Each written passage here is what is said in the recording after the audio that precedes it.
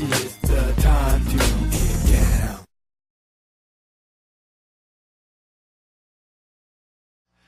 You guys ready to talk about some weed? All depends, man. Times are changing, but some things stay the same. You start each morning with a cup of coffee every day. Maybe hit the snooze, turn on the local news, but nothing good comes from a one-sided point of view.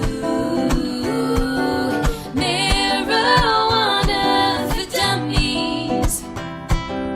Come for the info, stay for the reefer. Marijuana for dummies. Come for the info and stay for the reefer. Yeah. Welcome, potheads. That's wrong. All right, I know, I'm just kidding. Of course, it's not all potheads. A bunch of, according to the demographics, according to the recently reviewed demographics, it said a bunch of our viewers are actually not marijuana users, even though they embrace the legalization of marijuana.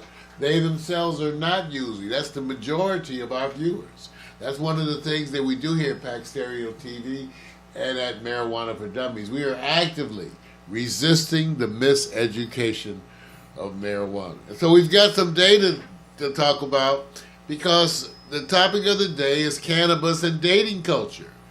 Take a look. People are talking about it, you know, and I didn't, personally, since I'm not running the dating world like I used to, I was a little unaware of some of this stuff. But, you know, marijuana leads to some additional pressures in the dating world. Additional pressures. And that's because it's, well, specifically, men and women have different attitudes about using it on dates and what it represents. I brought out in the last week's episode some of the topics that were being discussed on the sites involved some of the upperly mobile professional women not really sure if they wanted to engage in marijuana in their early dating time because they think it leads to some presumptions on the part of men. And I said, well, how about drinking? But, you know, it's interesting. Marijuana and alcohol, no matter what we say, are still not viewed in specifically the same ways, especially amongst different groups. You know, so typically I think because one thing about drinking, you can play the game that you're drinking to enjoy the taste, the wonderful libations. You don't have to actually be drinking to get high. When you smoke weed, you are literally smoking, for the most part, to get high. Okay, can I get a distinction to help me? Yes, you can. Because you partake. What is more? I'm not saying that I agree with that. Oh, either. no. This is just me understanding. If you walked around a group of people and you were talking, and they were secondary on the conversation, and one person was talking to the other and says, "Man, I just got drunk and wasted," and the other person said, "Well, I just got high." Which one do you think they say? Which one sounds more in control, sounds more acceptable? Well, that's a wonderful point, and I agree with you. Even though I think it's more the issue of this. If you're a young professional woman going out on a first or second date, do you smoke weed with the young man? Or whoever you're going out with? Right. I mean, so because that's the question. Even though I'm with you, because obviously people drink in today's world. Right. And they do that to quote unquote loosen themselves up. Which to me implies that they're trying to what? Relax their inhibitions? Yeah. To what goals? Yeah. And isn't marijuana the same as that? Yeah. So tell them about this what we're seeing right here. Oh, okay. Okay, for right now, what I'm doing, I guess you see me, that's my live.me fam. That's a whole different group. I got them plugged in. on through just say our integration of our apps. I won't even get into all that. And we're joining. Yeah, this is our new thing we've right. got. And so I'm getting involved in displaying exactly the conversation. So right today I'm using live.me, and I'll switch over and say, let me go use Facebook. Now that's Facebook. And so I'll switch off and say maybe next show I'll do Big O Live or Periscope. I'm testing the iPad. iPad does not give you the display, fortunately, and it may be on my. I'll check to make sure on my settings, but it's the only thing that I haven't been able to get to display. But right now we're just sharing the chat. The people who are talking, they get to see your display. So if you're talking smack to me, And then they get to help us talk about weed. right. Let me share with you some of the observations that are starting to come out. And let me tell you, my own biases with this stuff is that it's new. Therefore, these studies need to be redone, recreated, compared to results, that whole thing, okay? But at least some of the trends. Okay. The majority of cannabis business owners are male, but the number of women-owned businesses is quickly growing. Okay? Females are one of the fastest growing demographics when it comes to cannabis acceptance. Okay? Right. The authors are saying that the woman support is more rooted deeply in social matters than actually consumerism. In other words, they are supporting the legality, not so much getting high. Got it. Makes sense. They're supporting that. Okay? Right. In other words, they want, to quote them, they want legal weed and they want to end the war on drugs. Okay? Right. 73% of women and 72% of men, favored legalizing adult use cannabis. When it comes to purchasing, however, men were more confident in their intentions, where women were more likely to be considering purchases. Okay? All right. What's interesting is that some of these studies, again, it needs to be reproduced. When it came to whether inner city or suburban women, they tallied them, okay? Right. And this is because they called anybody living outside urban areas as ex-urban. So wow. no way they did this. Oh, yeah, I got you, man. Because, but basically, they're not. So they're doing it by where you live, indirectly trying to do race. See, they usually don't have enough guts to just come out and say race, but they'll do inner city. You're trying to say they're being politically correct? Right. Well, Okay. or something. All right. So anyway, that when they said that, it's interesting.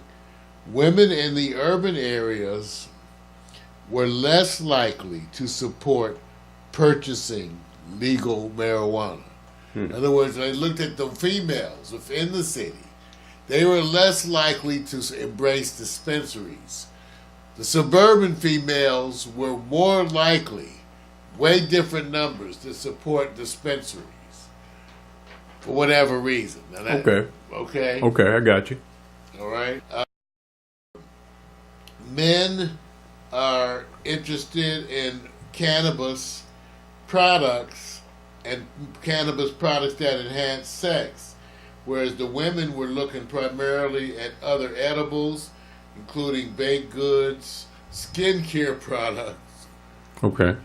and oils. Okay. All right. Now, you know what? Let me just say this. The thing is that this is changing. This is changing. And the other thing is that these are early studies, you guys. They need to be reproduced. That's the thing. You can't hang your hat on these things. You can just say, well, here's a study. In medicine, we're used to this. Right. I can just tell you there are going to be differences in the use of marijuana between men and females. And here's the thing. I can understand what the women are saying. The upperly mobile women have an issue with the interpretation of being a stoner. Okay? That's what it was about. They want to use the marijuana, but they don't want to be seen as a stoner. And they don't like guys that come off as stoners. No, I understand. I see what they're doing. So they want to smoke weed, but do it and maintain their Right. air of professionalism. I understand, even though I think that's a product of our time. Because right now, like you said, Vic, if people are out at a bar drinking, Mm-hmm. and at some point in time you're going to be able to do both. Absolutely. Not right now. Even in the Netherlands, Right. in the coffee shops, there's no alcohol. Right. There's just weed and coffee. Mm-hmm. But one day you're going to have a situation where you have marijuana and alcohol. Yeah. And whatever available, and you're going to get to see what people choose. So people are going to be sitting around in the club, Right. smoking a joint or having a drink. And all of our societal mores and stuff are going to be tested and changing. I would love to see somebody say, we're going to do a trial. Don't tell anybody. We're just going to pick 5 locations, and all you're going to do is engage in your edibles or vapor. And no smell, no scent or anything, and just see how the community interacts with you and see if it's determined that there's a different reaction. At the same time, put it around those who drink and then compare the visuals and just say, do you see a distinction between the two and what does that mean? Oh, I know this is going to... You hit the nail on the head, and I know that. Let me just say that, Vic, the phenomena of the dispensary, which you could... Excuse me, the coffee shops in Amsterdam. Right. You could go into as a non-smoker just to have, Right. you know, some mint tea and cookies and stuff, right? Right. But that's what was so unique about the coffee shops in Amsterdam. There was no cigarette smoking. Right. There's no alcohol. I It's agree. like a health food store that has weed. It's like Simply Wholesome Right. that sells weed. Which is really, to me, I don't know. That's all That's the I'm best I saying. can say. It's like a health food store that happens to sell weed and have weed in there. Yeah. And they're treating like the weed like it's natural, but don't you dare light up a cigarette because they have the same reaction like all the health food people have when you light up a cigarette. So don't light up a cigarette in there. Right. I agree. Okay. But again, changing consciousness. So dating is changing. I don't know what to tell you. If you are a young professional and you're going out on dates, do you engage in cannabis? Well, I think you have to use good judgment. Same way you have to do with drinking and how much you drink. Right. How much you do with any of those things. It's just, it gives another thing for you to worry about. Right. Or to do in very, controlled moderation Absolutely. when it comes to dating. My bong or yours, cannabis and dating. It's not all clouds of smoke and deep conversation. Interesting. Wow. Times are a-changing, but some things stay the same. You start each morning with a cup of coffee every day.